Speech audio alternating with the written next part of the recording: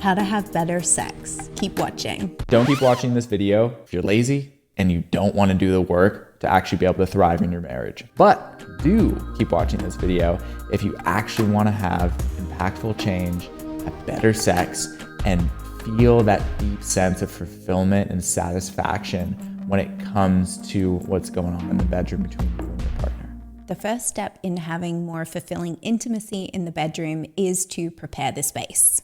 You need to make sure that the lighting is very well suited to whatever your preferences are, whether somewhere in the middle, like what we like to do. I prefer brighter, she prefers softer. And also making sure to have the right music, if there's any scents that you might prefer.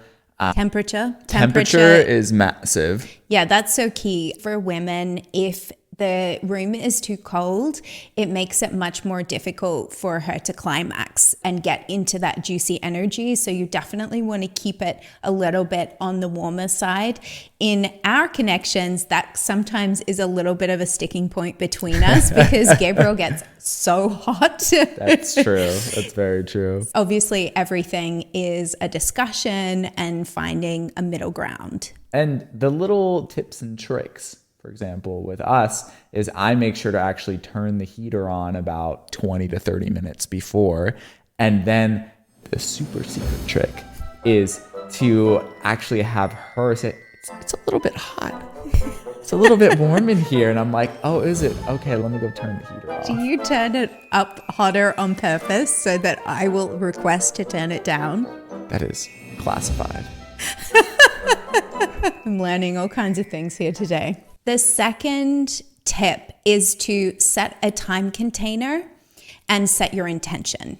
You definitely don't want to have a lot of pressure around it having to last a super long time. You don't want to put pressure on either one of you to perform, look a certain way, feel a certain way. This is about diving in, being authentic, and having really deep, meaningful connection with your partner. You want to remove the goal. What creates pressure is this idea of how it needs to look and the goal that you're reaching, this climax. Let that go.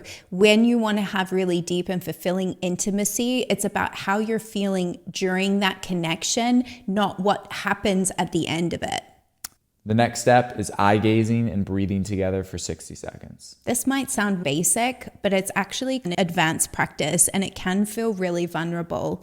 For years, I've been teaching people about eye-gazing, and what couples say to me is that even after years and years of being together, they feel like they went to greater depths with each other and they feel even more connected than they have in years just after 60 seconds of eye-gazing. How you do eye-gazing is you want to look into your partner's left eye and you're going to hold that gaze for 60 seconds. You can, of course, blink, but you're not going to be looking away. You're going to keep looking into their left eye. The reason the left eye and not the right eye is because the left eye is the receptive eye. It's about opening, vulnerability, being more emotional, being more connected. And then you're going to also synchronize your breath. So you're going to inhale together and you're going to exhale together. And you're going to breathe really deeply into the lowest part of your belly. You're inhaling, filling up the belly, the diaphragm, all the way up to your shoulders. And as you exhale, you're letting the shoulders drop, the breath go out of the diaphragm and all the way out of the belly. These deep breaths are really important. So many people just breathe up in their chest area. And what this does is it activates the sympathetic nervous system when you're breathing up here. It makes you feel more stressed, more anxious, less connected. So when you breathe into your belly, it allows you to calm down, relax, drop into the moment, be with each other, let go of the nerves. Also, make sure to understand which left eye you're looking at.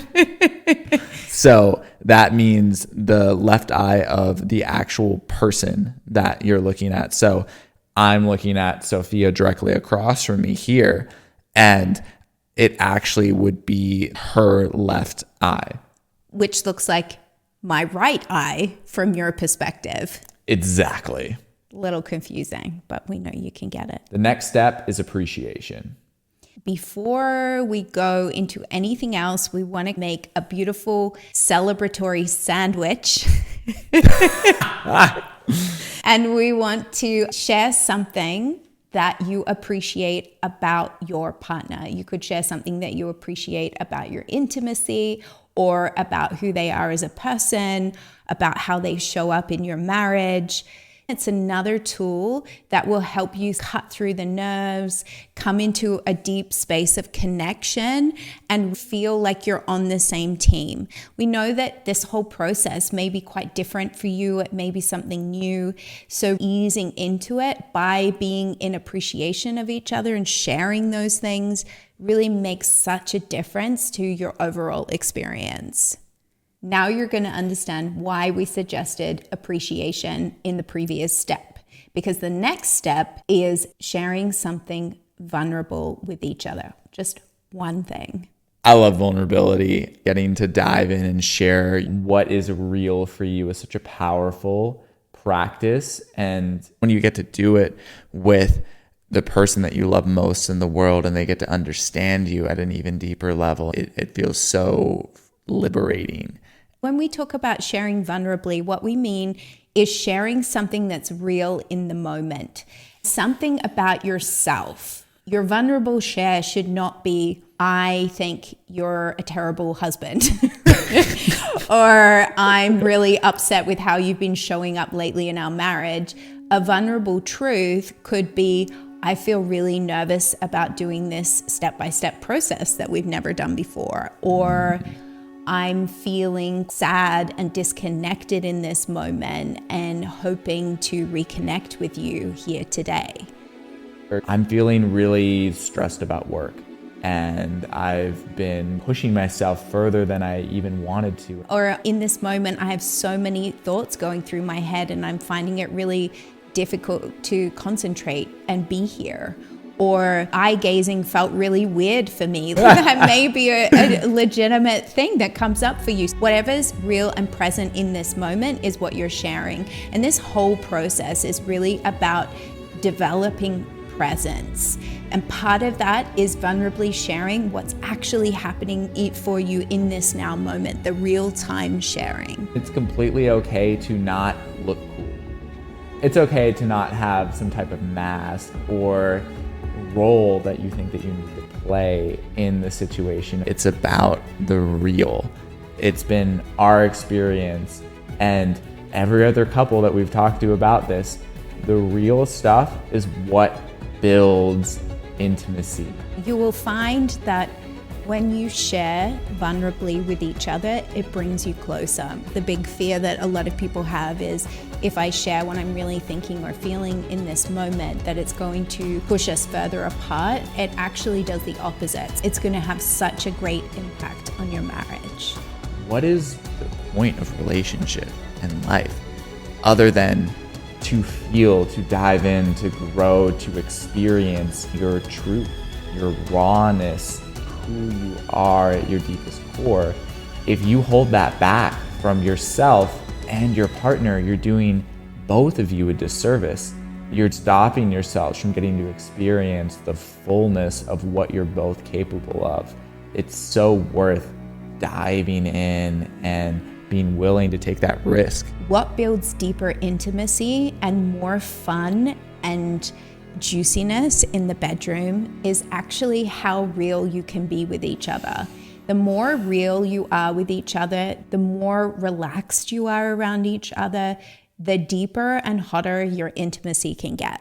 The deeper we've dived and the more vulnerably we've shared our truth, even if it doesn't always feel great in the moment, it leads to so much more passion and fulfillment, because there's no facade. There's no, I need to pretend to be someone or something that I'm not.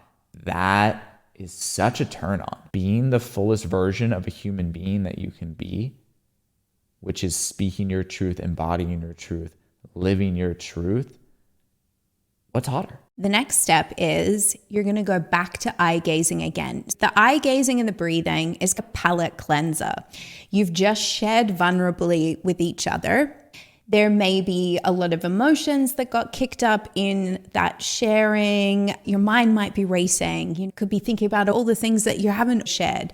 So coming back to the eye gazing and the breathing resets the energy. It brings you back into connection with each other. You're practicing presence. Presence is the foundation of deep, fulfilling intimacy. The next step is sharing an appreciation again. It's important to do this because you've just shared something very vulnerable. It might have been intense. It might have been something that was unexpected. It's so key to remind yourselves that you are in this together. You love one another and you appreciate one of the many things that are so amazing about this person that you're getting to connect with here. This is the final piece of the celebration sandwich. So you start with an appreciation, then you share something vulnerable, and then you appreciate again.